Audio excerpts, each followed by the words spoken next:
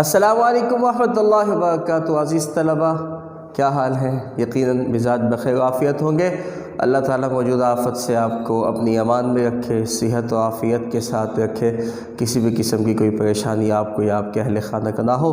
دعاؤں میں اپنے اساتذہ کو، اپنے ادارے کو ہمیشہ یاد رکھیے گا، خاص کر محمد عبدالصمد آزاد جو کو خاص کر دعاؤں میں ضرور یاد رکھیے گا۔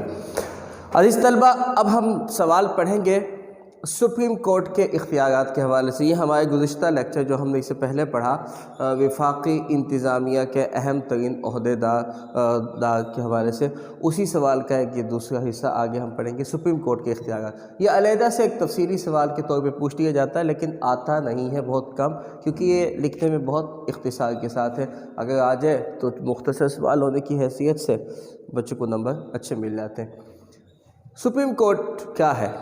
وفاق کی سب سے بڑی عدالت سپریم کورٹ ہے، سب سے بڑی عدالت، جس کا صدر دفتر اسلام آباد میں ہے۔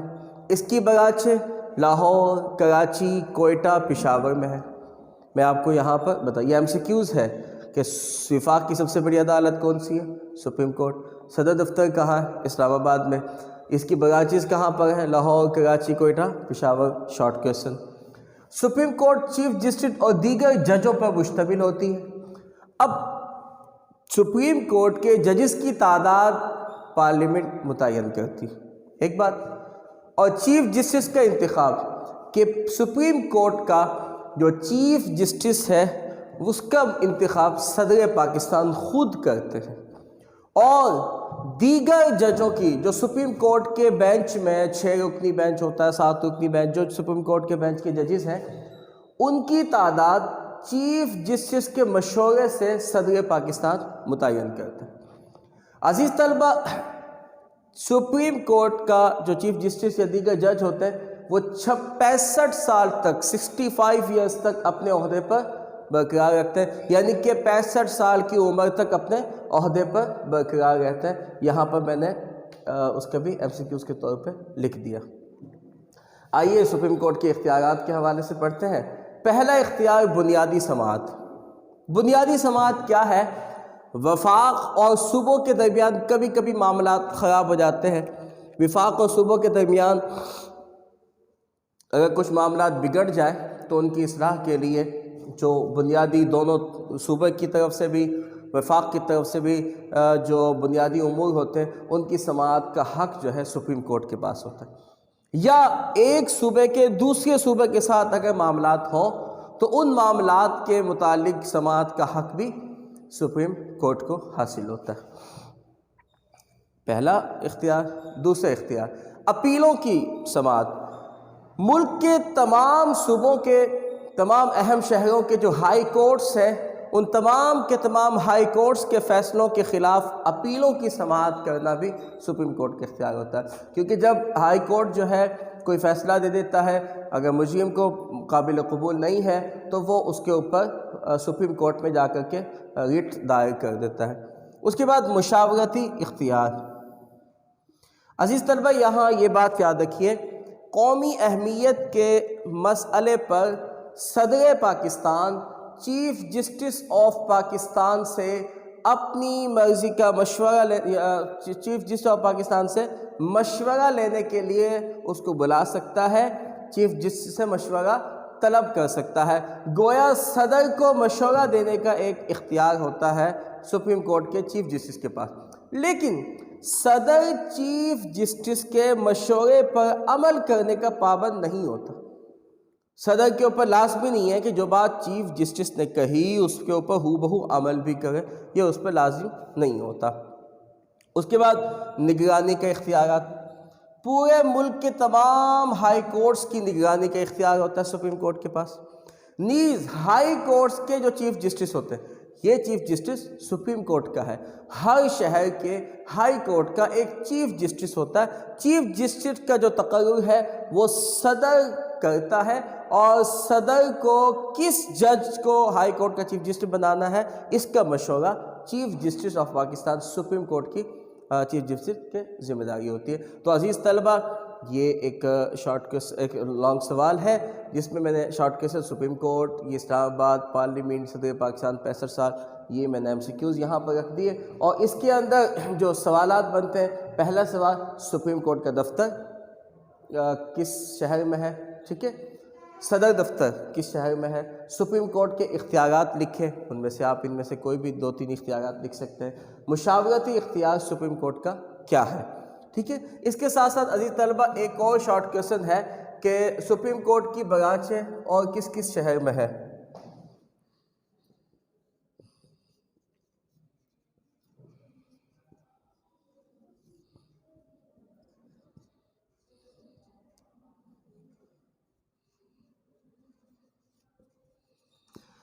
یہ 4 سوالات اس سوال سے ریلیٹڈ ہیں، آپ ان کو یاد کیجئے گا، تیار کیجئے گا۔ تو پچھلے لیکچر کے ساتھ ایک سوال یہ بھی شامل ہو گیا، تو آپ اس کو نوٹ کیجئے گا۔ السلام علیکم ورحمۃ اللہ وبرکاتہ۔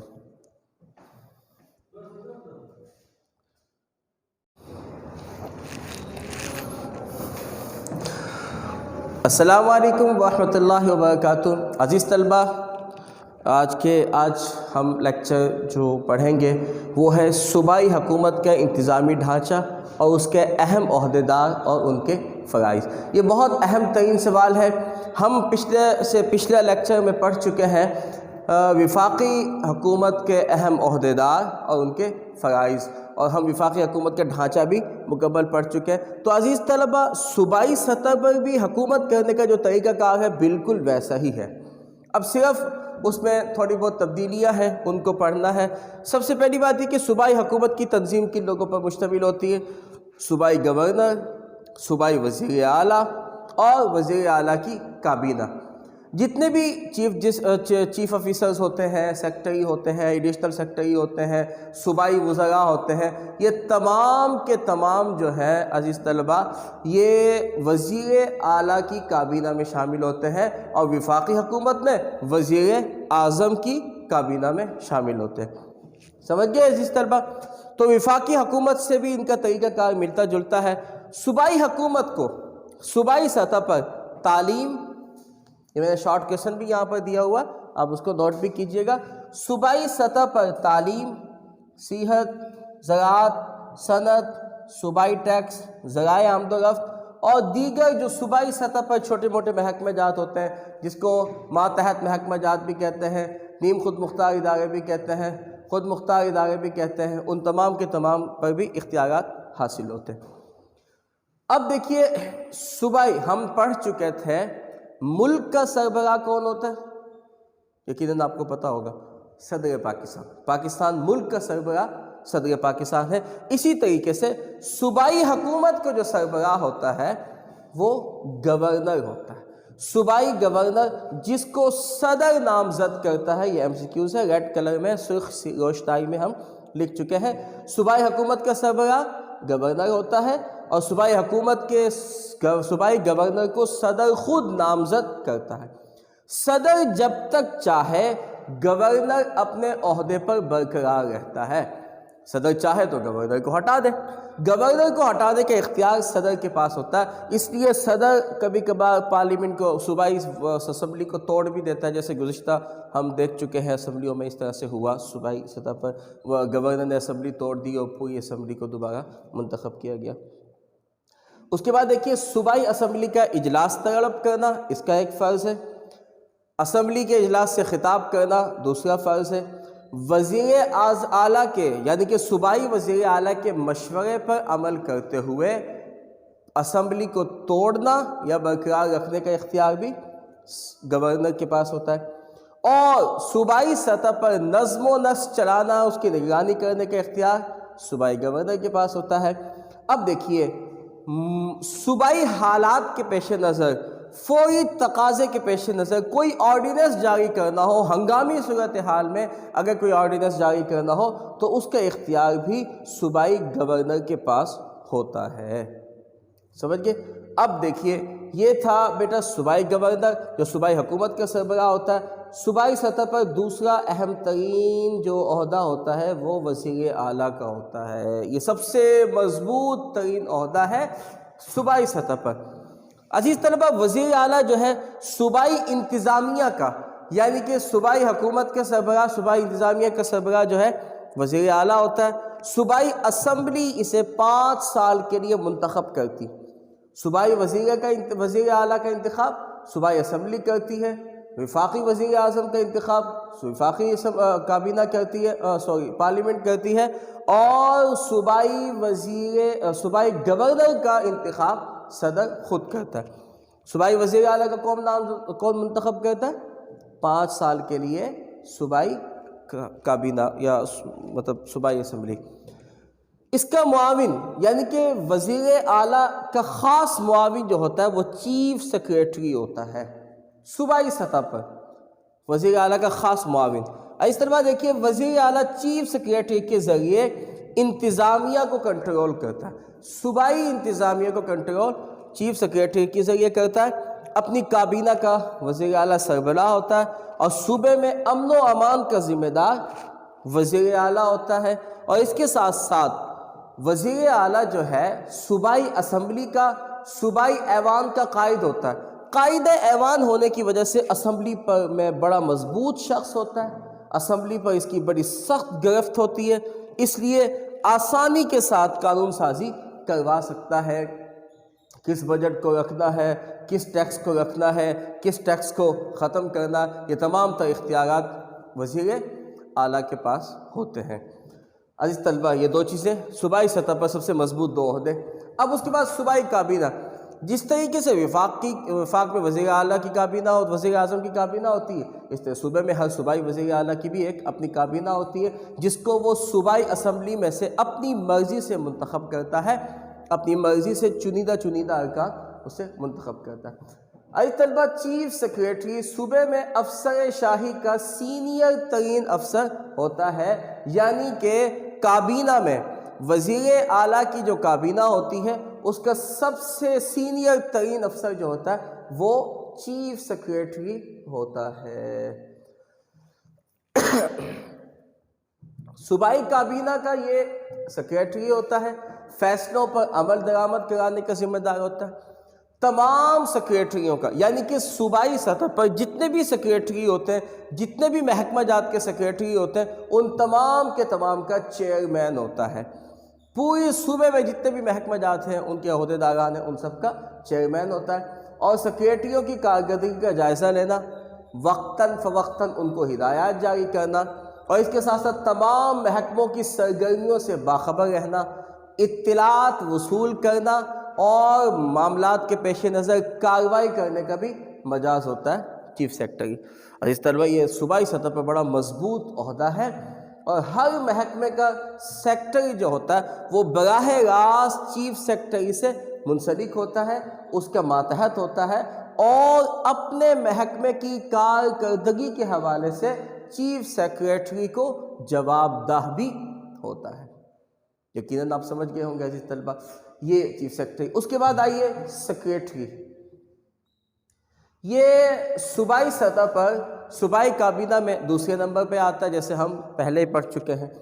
صوبے میں ہر محکمے کا سربراہ جو ہوتا ہے وہ سیکریٹری ہوتا ہے۔ صوبے کے جتنے بھی محکمے، وزیر ہوگا، صوبائی سطح پر زراعت ہوگی، صوبائی سطح پر دفاع، ہم یہاں پڑھ چکے ہیں، ذرائع آمد و رفت ہے، صوبائی ٹیکس ہے، صوبائی صنعت ہے، اور دیگر جتنے بھی محکمہ جات ہیں، منسلکہ محکمہ جات ہیں، خود مختار ادارے ہیں، نیم خود مختار ادارے ہیں، ماتحت دفاتر ہیں، تمام دفاتر کا جو سربراہ ہوگا وہ سیکریٹری کہلائے گا، اور سیکریٹری 20ویں گریڈ کا افسر ہوتا ہے، اپنے محکمے کے وزیر خاص کا معاون ہوتا ہے، یعنی کہ صوبائی زراعت کا وزیر، صوبائی تعلیم کا وزیر، صوبائی آمد و رفت کا جو وزیر ہوتا ہے اس کا خاص ماتحت ہوتا ہے، پالیسی بنانا، لاگو کرنا، نگرانی کرنا، محکمہ کی کارکردگی کے متعلق اطلاعات فراہم کرنا، اپنے فرائض کے سر انجام دینا، یہ اس کے فرائض شامل ہوتے ہیں۔ ٹھیک ہے،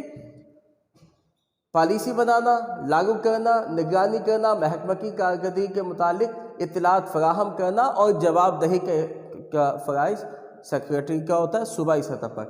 اب آگے دیکھیے، اپنے فرائض کی انجام دینے کے لیے اس کے بہت سارے معاونین ہوتے ہیں سیکریٹری کے مددگار ہوتے ہیں جو additional secretary, deputy secretary, section officer.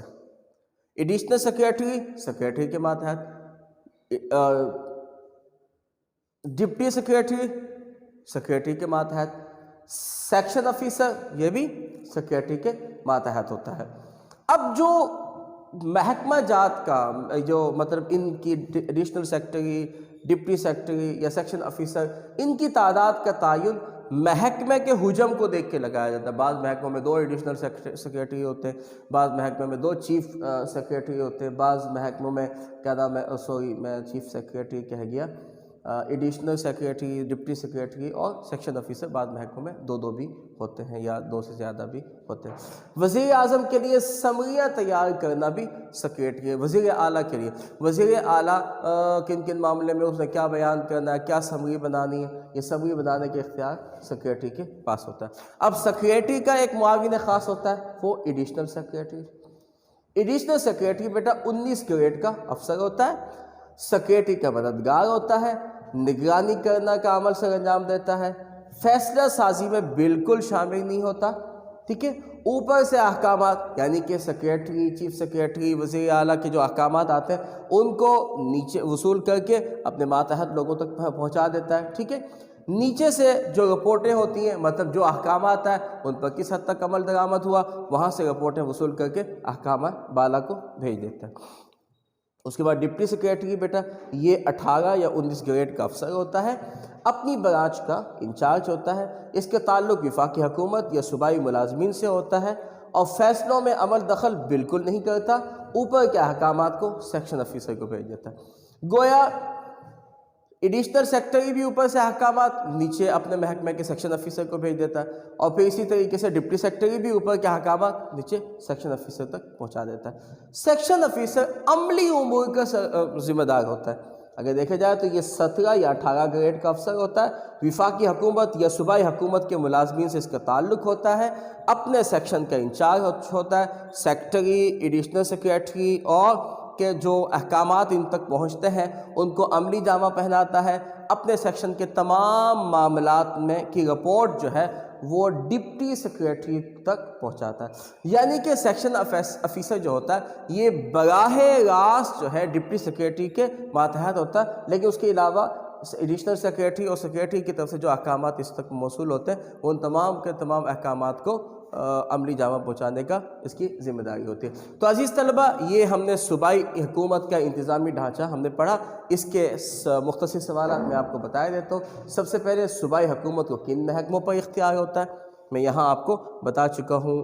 تعلیم، صحت، وزارت، یہ صوبائی سطح پر ہے، ملکی سطح پر یا وفاقی سطح پر بالکل ہی نہیں ہے۔ اس کے بعد صوبائی وزیر اعلیٰ کے اختیارات کیا ہے، یہ ہم یہاں پر پڑھ چکے ہیں۔ اور اس کے بعد دیکھیے صوبائی چیف سیکریٹری کے فرائض بیان کریں صوبائی سطح پر، ٹھیک ہے۔ میں نے صوبائی ہر سوال کے ساتھ اس لیے لکھ دیا تاکہ آپ کو معلوم ہو سکے یہاں پر وفاقی سطح پر نہیں پوچھا جائے گا بلکہ صوبائی سطح پر پوچھا جاتا ہے، تو اس کی وضاحت ضروری ہے۔ صوبائی سیکریٹری کا کیا کام سر انجام دیتا ہے ہم یہاں پر پڑھ چکے ہیں۔ صوبائی سیکشن آفیسر کا کام کیا ہے یہ میں آپ کو یہاں پر بتا چکا ہوں۔ آگے میں نے دیکھا صوبائی سیکریٹری، ایڈیشنل سیکریٹری اور ڈپٹی سیکریٹری صوبائی سطح پر، ان تینوں کا گریڈ کیا ہے، سیکریٹری، ایڈیشنل سیکریٹری اور ڈپٹی سیکریٹری کا آپ گریڈ لکھیں گے۔ صوبائی اسمبلی کو توڑنے کا اختیار کس کے پاس ہوتا ہے یہ میں آپ کو بتا چکا ہوں، صوبائی گورنر کے پاس ہوتا ہے صوبائی اسمبلی کو توڑنے کے اختیارات۔ اچھا، میں نے آگے ایک سوال کے لکھ دیا۔ تو عزیز طلبہ، یہ مختصر سوالات ہیں، اس میں جو سرخ روشنائی میں لکھے ہوئے ہیں وہ تمام کے تمام MCQs کے طور پہ پوچھ لیے جاتے ہیں، تو آپ ان کو نوٹ کیجئے گا اپنے دستوں میں، یہی آپ کی اسائنمنٹ ہے، اس کو تیار کیجئے گا۔ اور ہاں، ایک بات یاد رکھیے، ابھی ہم جو پیریوڈک 3 ٹیسٹ ہوگا اس میں تیسرا پیریوڈک 4 اس کے اندر تیسرا اور چوتھا چیپٹر شامل ہے، اس کے سوالات ہم آپ کو یہاں بتا چکے ہیں اچھی طرح سے۔ ان کے متعلق کوئی بات پوچھنا چاہیں تو آپ ہمیں بتا سکتے ہیں۔ السلام علیکم ورحمۃ اللہ وبرکاتہ۔